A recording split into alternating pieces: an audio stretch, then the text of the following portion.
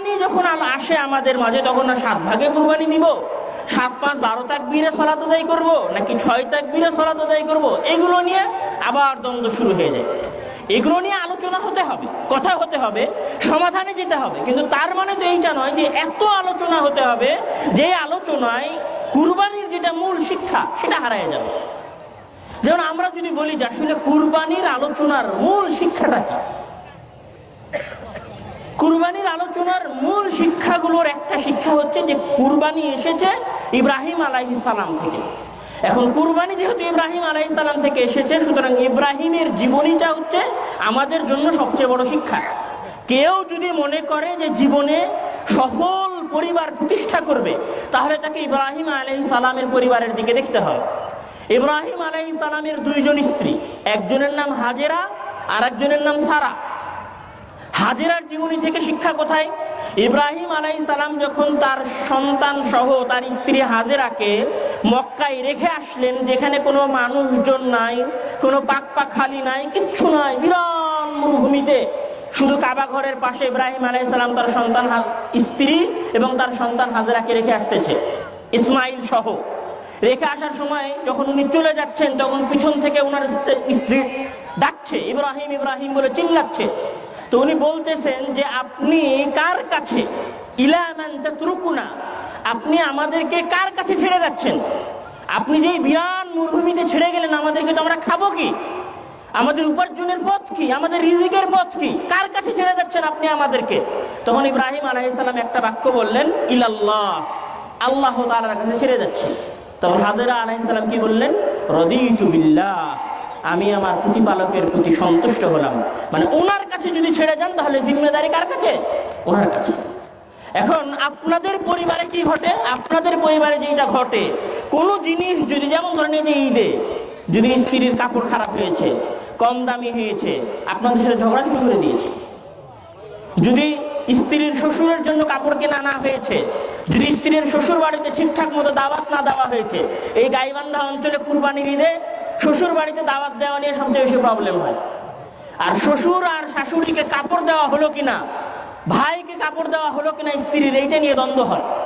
এটা নিয়ে তো দ্বন্দ্ব হবেই, কেননা আপনি তো আপনার স্ত্রীকে এটা শেখান নাই যে আমার যেটা আছে এবং আমি যে সিদ্ধান্তে তোমাকে রেখে যাচ্ছি, সেই সিদ্ধান্তের উপর তোমাকে বলতে হবে কি, রাদিতু বিল্লাহ, আল্লাহ যেটা দিয়েছেন এবং আপনার কাছে আমি যা নিয়ে এসেছি আমি সেটাতে সন্তুষ্ট। এইটা হচ্ছে ইব্রাহিমের জীবনের প্রথম শিক্ষাগুলোর একটা শিক্ষা। ইব্রাহিম আলাইহিস সালামের আর এক স্ত্রী হচ্ছে সারা। তো সারা আলাইহিস সালামকে নিয়ে ইব্রাহিম আলাইহিস সালাম যাচ্ছেন ফিলিস্তিন।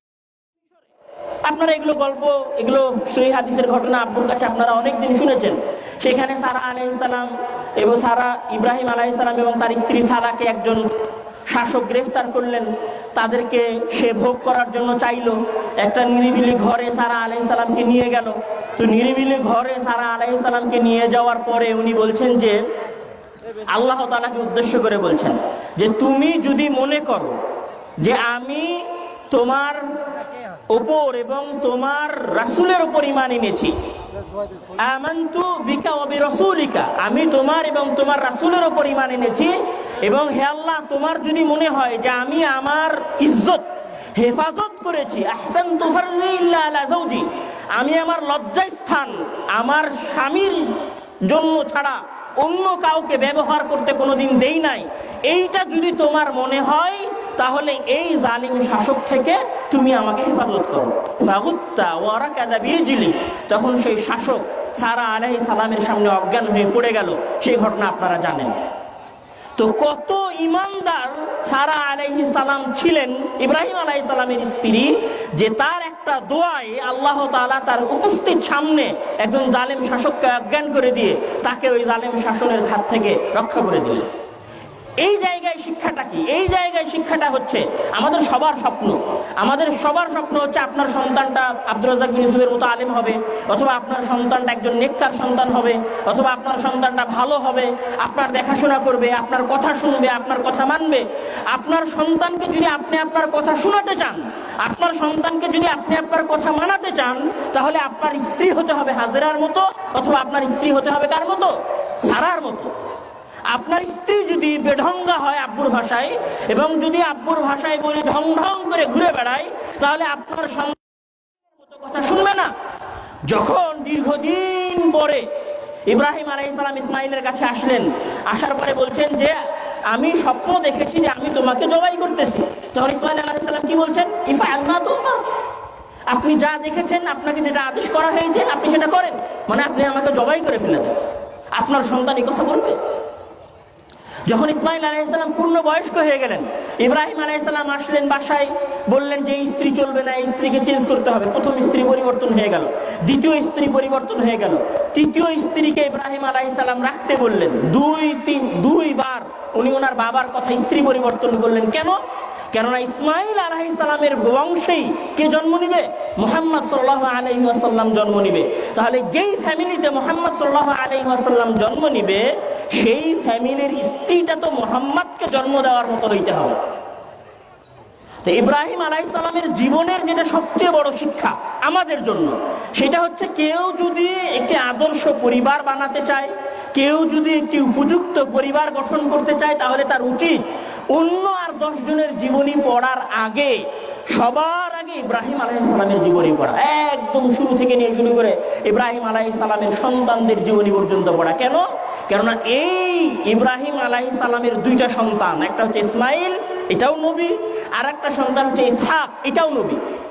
ইসমাইলের বংশে হচ্ছে মুহাম্মদ সাল্লাল্লাহু আলাইহি ওয়াসাল্লাম, আর ইসহাকের বংশ হচ্ছে ইয়াকুব থেকে নিয়ে শুরু করে ইতিহাসে যত নবী এসেছে সব নবী হচ্ছে ইসহাক আলাইহিস সালামের বংশধর।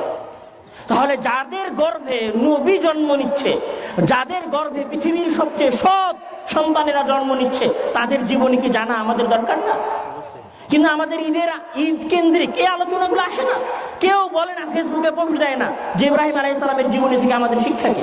সবাই পোস্ট দিবে যে ঈদে 7 তাকবীর হবে না, 12 তাকবীর হবে না, 6 তাকবীর হবে না, কত তাকবীর হবে, এটাই পোস্ট দিবে। আরাফার দিয়ে 8 তারিখ 9 তারিখ এটার আলোচনা হবে। সারা ফেসবুক জুড়ে আপনি দেখেন এই আলোচনায় চলতেছে। মানুষজন মনে করে কি এরা খালি দ্বন্দ্বই করে, এদের দ্বন্দ্বর বাইরে আর কোনো কাজ নাই। ইব্রাহিম আলাইহিস সালামের জীবনী আমাদের পড়া উচিত। এখানে যারা এসেছে তাদের সবার ইব্রাহিম আলাইহিস সালামের জীবনী শুরু থেকে নিয়ে শেষ পর্যন্ত মোতালা করা উচিত। যারা বিয়ে করেনি, যারা বিয়ে করবে, তাদের ইব্রাহিম আলাইহিস সালামের জীবনী পড়া উচিত। যারা বিয়ে করেছে, সন্তান লালন পালন করবে, তাদের ইব্রাহিম আলাইহিস সালামের জীবনী পড়া উচিত। আমরা যারা বৃদ্ধ হয়ে গেছে, আমাদের যারা বয়স হয়ে গেছে, তাদেরকেও ইব্রাহিম আলাইহিস সালামের জীবনী পড়া উচিত। এটা গেল আজকের আলোচনার প্রথম অংশ, যে ইব্রাহিম আলাইহিস সালামের জীবনী জানতে হবে। আজকের আলোচনার দ্বিতীয় অংশ হচ্ছে যে কুরবানি এই অঞ্চলে, ভারত উপমহাদেশের এই অঞ্চলে কুরবানি হচ্ছে সংগ্রামের নাম, কুরবানি হচ্ছে বিদ্রোহের নাম, কুরবানি হচ্ছে বিপ্লবের নাম, কুরবানি হচ্ছে একটা লড়াই বা যুদ্ধের নাম। যুগে যুগে এই লড়াই বা যুদ্ধের ধরন চেঞ্জ হয়েছে। এই অঞ্চলে কুরবানি নিয়ে লড়াই হয়েছে কখন? এই অঞ্চলে ধরেন কুরবানি নিয়ে লড়াই হয়েছে সিলেটের যে এলাকা সুনামগঞ্জ, ধলেশ্বরী নদীর তীরে, যখন বাবা আদম শহীদ ওনাকে বলা হয় ইতিহাসে। উনি যখন আসেন তখন ওই অঞ্চলের রাজা ছিল বল্লাল সেন। উনি ওই অঞ্চলের মুসলমানদের উপরে গরু কুরবানি করা নিষিদ্ধ করে রেখেছিলেন এবং গরু কুরবানি করার জন্য শাস্তি দিতেন। তখন বাবা আদম শহীদ এই অঞ্চলের মুসলমানদেরকে নিয়ে একটা বিদ্রোহের ব্যবস্থা করে এবং গরু কুরবানি দিবে এইটার জন্য লড়াই হয়। এরপরে যখন এই অঞ্চলে আসেন শাহজালাল সিলেট অঞ্চলে, তখন ওই অঞ্চলের শাসক ছিল গৌর গোবিন্দ। এটা হচ্ছে প্রায় 1300 শতকের একটু পরের সময়ের কথা। তখন ওই অঞ্চলের একজন ব্যক্তি ছিল যার নাম বুরহানুদ্দিন। উনি ওনার সন্তানের আকিকা দিতে গিয়ে গরু জবাই করে ফেলেন। অতি উৎসাহে সন্তানের আকিকা উনি গরু দিয়ে করেন। গল্পে আছে, ইতিহাসে আছে যে ওই গরুর টুকরা কোনো কারণে কোনো এক ব্রাহ্মণের বাড়িতে পৌঁছে গেছিল। তখন ওই ব্রাহ্মণ রাজার কাছে অভিযোগ জানায়। তখন সেই রাজা ওই মুসলিমকে নিয়ে এসে হত্যা করে। এই হত্যার প্রতিশোধ নেওয়ার জন্য শাহজালাল এবং ওই অঞ্চলের মুসলমানেরা মিলে গরু কুরবানি দিতে হবে, গরু জবাই করতে হবে, এই মর্মে বিদ্রোহ করে। তিতুমির যখন 1800 শতকের দিকে এসে রাজা কৃষ্ণদেব যখন দাড়ির উপর কর আরোপ করে, যখন মুসলমানদের লুঙ্গি পরিধান করার উপর, মানে মুসলমানদেরকে ধুতি পরতে হবে, লুঙ্গি পরা যাবে না, এই লুঙ্গির উপর যখন কর আরোপ করে, মুসলমানদেরকে যখন গরু কুরবানি দেওয়া যাবে না এই মর্মে আদেশ জারি করে, তখন তিতুমির ওই অঞ্চলের মুসলমানদেরকে নিয়ে বিদ্রোহ করেন।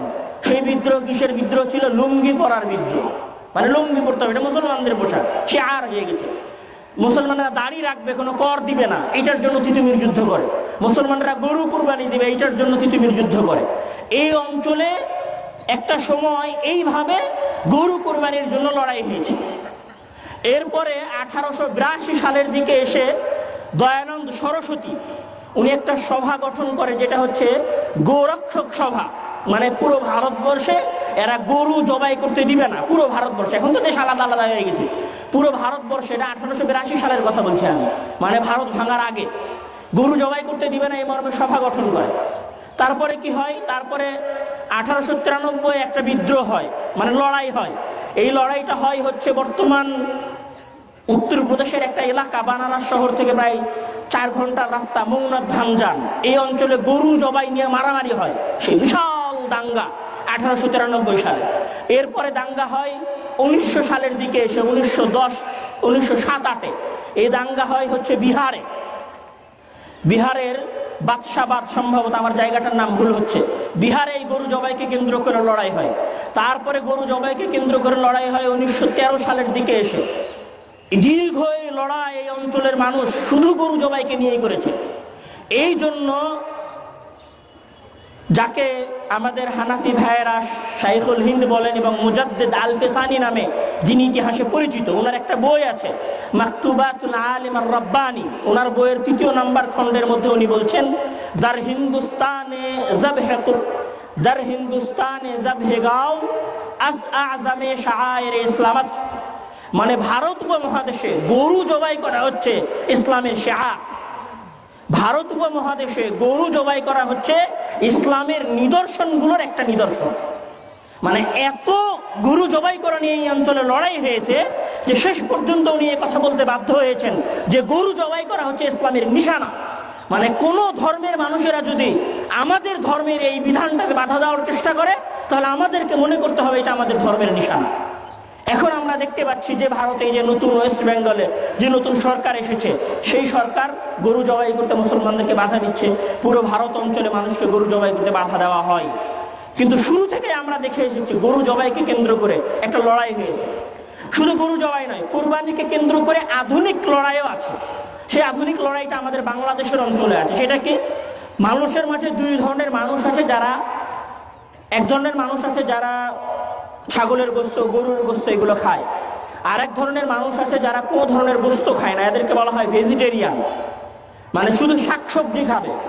তো শাকসবজি যারা খায় এদের আবার 2টা ভাগ আছে। একটা ভাগ হচ্ছে যারা বিদেশে, এরা বাস্তবেই শাকসবজি খায়, এরা মাছ, মাংস, গরু এগুলো খায় না, কোনো প্রাণী হত্যা ওরা করে না, ওরা শাকসবজি খায়। আর একটা হচ্ছে বাঙালি ভেজিটেরিয়ান। বাঙালি ভেজিটেরিয়ান হচ্ছে এরা শুধু কুরবানির আগে মুখ খুলবে, কুরবানির আগে বলবে যে পশু হত্যা করা মহা অন্যায়, নির্বিচারে বাংলাদেশে কোটি কোটি পশু হত্যা করা হচ্ছে, এটা পশু হত্যা করা যাবে না। আপনাদের মনে থাকতে পারে যে আজ থেকে বছর 3 আগে 4 আগে বাংলাদেশের একজন বিখ্যাত খেলোয়াড় মুশফিকুর রহিম, উনি কুরবানির পরে তলোয়ার মানে ছুরি সহ একটা ছবি ছেড়েছিল ফেসবুকে। তারপরে সেই ছবি নিয়ে পুরো বাংলাদেশে এক মহাতুল কালাম কাণ্ড হয়ে গেছে। তারপরে উনি সেই ছবি কি করতে বাধ্য হয়েছেন, ডিলিট করতে বাধ্য হয়েছেন, মানে ফেসবুক থেকে বাদ দিতে বাধ্য হয়েছেন। এটা কেন? এই অঞ্চলে এক ধরনের অতি উন্নত মানসিকতার, যারা মনে করে যে আমরা প্রো বাংলাদেশি, যারা মনে করে যে আমরা প্রো বাঙালি, এরা এই কুরবানিকে কেন্দ্র করে ফেসবুকে লেখালেখি করবে পশু হত্যা করা যাবে না। এরা বলবে পশু হত্যা করা যাবে না। এরাই দেখবেন আবার পহেলা বৈশাখে গিয়ে ইলিশ মাছ খাবে। এরা সব হচ্ছে এই যে প্রথম আলো যারা আছে না, এই যে প্রথম আলো, তারপরে হচ্ছে কালবেলা, কালের কণ্ঠ, এদের যে সমস্ত লোকেরা আছে, ঢাকার যে ছায়ানট আছে, উদিচি আছে, এই যে যাদেরকে কিছুদিন আগে হামলা করে মানুষজন যাদের কেন্দ্রগুলো ভেঙে ফেললো, এরাই বলবে কুরবানি করে পশু হত্যা করা যাবে না। আর এরাই পহেলা বৈশাখে পান্তা দিয়ে ইলিশ খাবে। কেন? ইলিশের প্রাণ নাই। ইলিশ কি মানে ওই পুকুরের কিনারায় এসে বলে, নদীর কিনারায় এসে বলে, বাবু আমাকে ধরো, আমার বয়স হয়ে গেছে, আমাকে নিয়ে কে জবাই করে খাও না, তুমি এটা মাছ থেকে শিকার করে নিয়ে আসো। এরাই দেখবেন আবার দামি দামি রেস্টুরেন্টে গিয়ে বার্গার খাবে। ওই বার্গারটা আবার চিকেন বার্গার হবে, ওইটাতে ওদের কোনো সমস্যা নেই। ওদের সমস্যা কোথায়? যখন আপনি কুরবানিতে গরু অথবা খাসি জবাই করতে যাবেন তখন। এখানে আরো একটা সমস্যা আছে যে শাকসবজি খাওয়া যাবে। কেন? শাকসবজির প্রাণ নাই, উদ্ভিদের প্রাণ নাই, উদ্ভিদের প্রাণ আছে। তাহলে এখন ওরা বলবে যে উদ্ভিদের প্রাণ আছে, কিন্তু উদ্ভিদ কষ্ট বুঝতে পারে না। ও, যে কষ্ট বুঝতে পারে না তাকে হত্যা করা যাবে, তাই না? তার মূল্য কম। তাহলে যেই মানুষটা হাসপাতালে আইসিইউতে ভর্তি হয়ে আছে, যে তার শরীরে কাটলেও বুঝতে পারে না, ওই মানুষটাকে হত্যা করা যাবে? তার প্রাণের মূল্য কম, এটা আমাদেরকে বলতে হবে না? তার প্রাণের মূল্য আর একজন সুস্থ মানুষের প্রাণের মূল্য একই? কোনটা? যে মানুষটা আইসিইউতে ভর্তি হয়ে আছে ওই মানুষের প্রাণের মূল্য, আর আমরা যারা সুস্থ মানুষ আছি তাদের উভয়েরই প্রাণের মূল্য সমান। যদি উভয়েরই প্রাণের মূল্য সমান হয়, তাহলে সবজির প্রাণের মূল্য কম আর গরুর প্রাণের মূল্য বেশি হবে কেন? তাহলে সবজির প্রাণের মূল্য বেশি, গরুর প্রাণের মূল্য বেশি। তোমরা সবজিও খেও না, তোমরা গরু খেও না, তোমরা পয়লা বৈশাখে ইলিশও খেও না, কিছু খাবা? কিছু খেও না, খেয়ে থাকো। এরা এগুলো বলবে। এদের আরো একটা কথা, যে এই যে গরুকে কেন্দ্র করে পুরো বাংলাদেশের বিশাল অর্থনীতি। আমি যদি বলি যে গ্রাম্য অঞ্চলে মানুষ সচ্ছল হয় গরু পুষে, যার বাড়িতে 2-3টা গরু আছে ওই মানুষটা সচ্ছল। 3-4 বছর গরু পালার পরে বাড়িটাকে পাকা করতে পারে মানুষ গরু বেচার পরে। বিশাল অর্থনীতি চলে বাংলাদেশে গরু কেন্দ্রিক। তাহলে যারা এই গরু জবাই, পশু জবাইকে বন্ধ করতে চায়, এরা বাংলাদেশের গরিবের পেটে লাথি মারতে চায়। এরা হচ্ছে সুবিধাবাদী বাঙালি, এরা হচ্ছে সুবিধাবাদী ভেজিটেরিয়ান, এরা হচ্ছে বার্গার খাবে কিন্তু গরুর গোশত খাবে না। এরা হচ্ছে প্রসেসিং করে খাবার খাবে কিন্তু আমাদেরকে গরু এবং পশু জবাই করতে দিবে না। আমি এইখানে বলে যাচ্ছি, এইখানে যে সমস্ত যুবক ভাইয়েরা আছেন সবাই, এটা একটা আন্দোলনের মতো। আমি বলেছি যে কুরবানি এদেশে বিপ্লব ছিল, কুরবানি এদেশে বিদ্রোহের নিশানা ছিল, কুরবানি এই অঞ্চলে মুসলমানদের প্রতীক ছিল। সেই প্রতীককে টিকিয়ে রাখতে আমি আপনাদেরকে বলবো যে যারা এখানে যুবক আছেন সবাই কুরবানি করার ছবি ফেসবুকে পোস্ট দিবেন। ওই যখন আপনি গরু জবাই করেছেন, যখন ওই জবাই করা গরুর ছবি পোস্ট দিবেন। আপনি যখন যেই মুহূর্তে জবাই করেছেন ওই জবাই করার ভিডিও পোস্ট দিবেন। এটা একটা বিদ্রোহের মতো, এটা একটা আন্দোলনের মতো। এই সংস্কৃতিকে বাঁচিয়ে রাখতে হবে, এই সংস্কৃতিকে টিকিয়ে রাখতে হবে। কোন বিরোধীর কথাই ফেসবুকের পোস্ট ডিলিট করা যাবে না। মনে করতে হবে এটা একটা আন্দোলন, মনে করতে হবে এটা সংস্কৃতি বাঁচানোর লড়াই। এখানে আরো একটা কথা আপনাদেরকে বলে রাখি, ঈদ কেন্দ্রিক সমস্যা হচ্ছে যে আমরা ঈদকে কেন্দ্র করে কোনো সঠিক আনন্দ উল্লাসের ব্যবস্থা করি না। ঈদকে কেন্দ্র করে বেশি বেশি আয়োজন হতে হবে। আপনি যদি ঈদকে কেন্দ্র করে আয়োজন না করেন, তাহলে আপনার ছেলেটা তো নসিমন ভাড়া করে সাউন্ড বক্স নিয়ে গান বাজিয়ে রাস্তায় ঘুরবেই। আপনারা তো এখানে অনেক গ্রামের মানুষ আছেন, এই ঈদকে কেন্দ্র করে আপনার গ্রামের আয়োজন কি? আপনি যদি মনে করেন যে আপনার ছেলেটাকে পটকা ফুটাতে দিবেন না, আপনি যদি মনে করেন আপনার ছেলেটাকে জোরে গান বাজনা বাজাতে দিবেন না, তাহলে তার বিপরীতে আপনি তাকে কি দিচ্ছেন? কিছু দিয়েছেন আপনি তাকে তার বিপরীতে? ও তো ইয়াং মানুষ, সারাদিন ঘরে বসে থাকবে না। আজকে কুরবানি করবে, সারাদিন ও আগামীকাল ঘুরতে বের হতে চাইবে, গান বাজনা বাজাতে চাইবে, তাকে আপনি কি দিবেন? তো ঈদকে কেন্দ্র করে আনন্দ উল্লাস এবং ফুর্তি ব্যবস্থা করতে হবে। বিভিন্ন ধরনের গ্রাম্য খেলার আয়োজন করতে হবে, বিভিন্ন ধরনের প্রতিযোগিতার ব্যবস্থা করতে হবে, যেখানে নারীদের আলাদা ব্যবস্থা থাকবে, পুরুষদের আলাদা ব্যবস্থা থাকবে, যুবক যুবতীদের আলাদা আলাদা ব্যবস্থা থাকবে। ঈদকে কেন্দ্র করে বিশাল আয়োজন হতে হবে, এত বড় আয়োজন হতে হবে যে আপনার সন্তান অন্য কোনো সংস্কৃতির দিকে, অন্য কোনো ভুল পথের দিকে পায়ে বাড়াবে না। এইটা হতে হবে। আমাদের দেশে এটা হয়েছে যে দীর্ঘদিন যাবৎ আমরা ঈদকে কেন্দ্র করে কোনো আয়োজন করতে পারিনি। ঈদকে কেন্দ্র করে সকল আয়োজন কাদের কাছে? সকল আয়োজন হচ্ছে বেধর্মীদের কাছে। সকল আয়োজন বেধর্মীরা করে, আমরা ঈদকে কেন্দ্র করে কোনো আয়োজন করি না।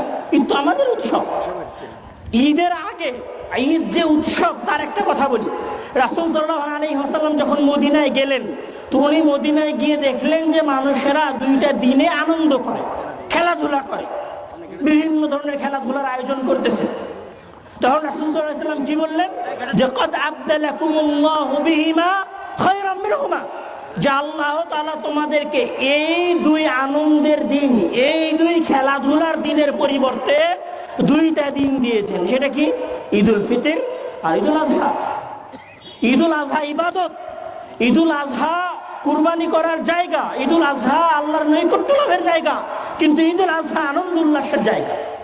ঈদুল ফিতর আল্লাহ তাআলার ইবাদত, ঈদুল ফিতর মহান আল্লাহ তাআলার দাসত্ব, মহান আল্লাহ তাআলার আনুগত্য, কিন্তু ঈদুল ফিতর আনন্দ এবং উল্লাসের জায়গা।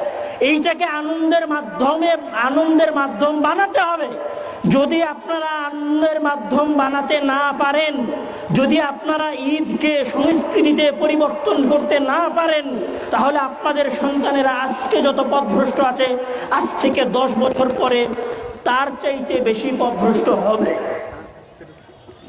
আজকে আপনারা যদি এই ঈদকে আন্তর্জাতিক লেভেলের, দেশীয় পর্যায়ের সাংস্কৃতিক জায়গায় না নিয়ে যেতে পারেন, তাহলে আপনাদের সন্তানেরা গান বাজনায় আকৃষ্ট হবে। আপনারা তো 16ই ডিসেম্বরের আয়োজন করেন, আপনারা তো 21শে ফেব্রুয়ারির আয়োজন করেন, আপনাদের স্কুলগুলোতে 26শে মার্চের আয়োজন হয়। কেন ঈদকে কেন্দ্র করে আপনাদের স্কুলগুলোতে আয়োজন হতে পারে না? যতক্ষণ পর্যন্ত ওই আয়োজনে হারাম কোনো কিছু ব্যবহার না করা হচ্ছে, ততক্ষণ পর্যন্ত যে কোনো ধরনের আয়োজন ঈদকে কেন্দ্র করে বৈধ, সেটা আমাদেরকে করতে হবে। এই যে ছোট বাচ্চাগুলো এখানে এসেছে, এদের জন্য আমরা এই মাঠে কি ব্যবস্থা করেছি? কোনো ব্যবস্থা নেই ওদের জন্য এই মাঠে। এই যে আপনারা এখান থেকে বের হয়ে যাবেন, আপনাদের ছেলেগুলোর কোথায় যাবে? তা পার্কে যাবে সব। এখান থেকে বগুড়ার যে সমস্ত পার্ক আছে সেগুলোতে যাবে। যেখানে মেয়েরা আছে সেখানে গিয়ে রাস্তায় ট্যাঙ্কিবাজি করবে, করবেই তো, ওর তো জায়গা নাই কোনো। আমি এখানে বলে যাচ্ছি, আমি আঙ্কেলকে এটা অনুরোধ করব যে এইখানে আগামীতে ঈদের পরে এখানে সাংস্কৃতিক অনুষ্ঠানের আয়োজন হতে হবে। এই মাঠে খেলাধুলার ব্যবস্থা হতে হবে, এই মাঠে বিভিন্ন ধরনের আয়োজন হতে হবে, যেখানে নারী এবং পুরুষের আলাদা আলাদা ব্যবস্থা থাকবে। ইসলাম একটা পরিপূর্ণ জীবন বিধান, এখানে মানুষকে সবকিছু আপনাকে দিতে পারতে হবে। যদি আপনি মানুষকে সবকিছু দিতে না পারেন, তাহলে যেই সাংস্কৃতিক বিপ্লবের কথা এই অঞ্চলে আমরা উচ্চারণ করেছি, যেই সাংস্কৃতিক বিপ্লবের কথা হাদি আমাদেরকে বলে গেছে, সেই সাংস্কৃতিক বিপ্লব আমরা কায়েম করতে পারবো না। আমাদের সন্তানেরা আমাদের ঘর থেকে বের হওয়ার পরে পথভ্রষ্ট হয়ে যাবে। সম্মানিত উপস্থিতি, আমি আমার কথা সংক্ষিপ্ত করে নিয়ে এসে 2টা কথা বলে আমার কথা শেষ করে ফেলছি। এক, যে কুরবানির ঈদকে কেন্দ্র করে যার জীবনী আমাদেরকে পড়তে হবে, সেটা হচ্ছে ইব্রাহিম আলাইহিস সালামের জীবনী। ইব্রাহিম আলাইহিস সালামের জীবনী থেকে আমাদেরকে শিখতে হবে, ইব্রাহিম আলাইহিস সালামের জীবনী আমাদেরকে পড়তে হবে এবং জানতে হবে। 2, যে কুরবানির ঈদ হচ্ছে আমাদের আজীবন এই অঞ্চলে কুরবানিকে কেন্দ্র করে বিদ্রোহ হয়েছে, এই অঞ্চলে কুরবানিকে কেন্দ্র করে লড়াই হয়েছে, এখনো সেই লড়াই চলমান আছে। আমাদেরকে এটাকে লড়াই মনে করে এটাকে চালু রাখতে হবে সামনে। এটা হচ্ছে 2য় কথা। আর 3য় কথা হচ্ছে, আমি এই মজলিসে উপস্থিত এই ঈদের সালাতে আসা প্রত্যেক যুবককে উদ্দেশ্য করে বলবো যে আপনারা প্ল্যান নেন, যদি এই ঈদে না পারেন তাহলে আগামী ঈদে প্রত্যেকের এলাকায় ঈদকে কেন্দ্র করে বৈধ আয়োজনের ব্যবস্থা করতে হবে। এটা আমি আপনাদেরকে বলে গেলাম। আপনারা অবশ্যই ঈদকে কেন্দ্র করে বৈধ আয়োজনের ব্যবস্থা করবেন, যেন আপনাদের সন্তানেরা গান বাজনার প্রতি আকৃষ্ট না হয়। মহান আল্লাহ তাআলা আমাদেরকে ঈদের তাৎপর্য, ঈদের মহত্ব বোঝার তৌফিক দান করেন।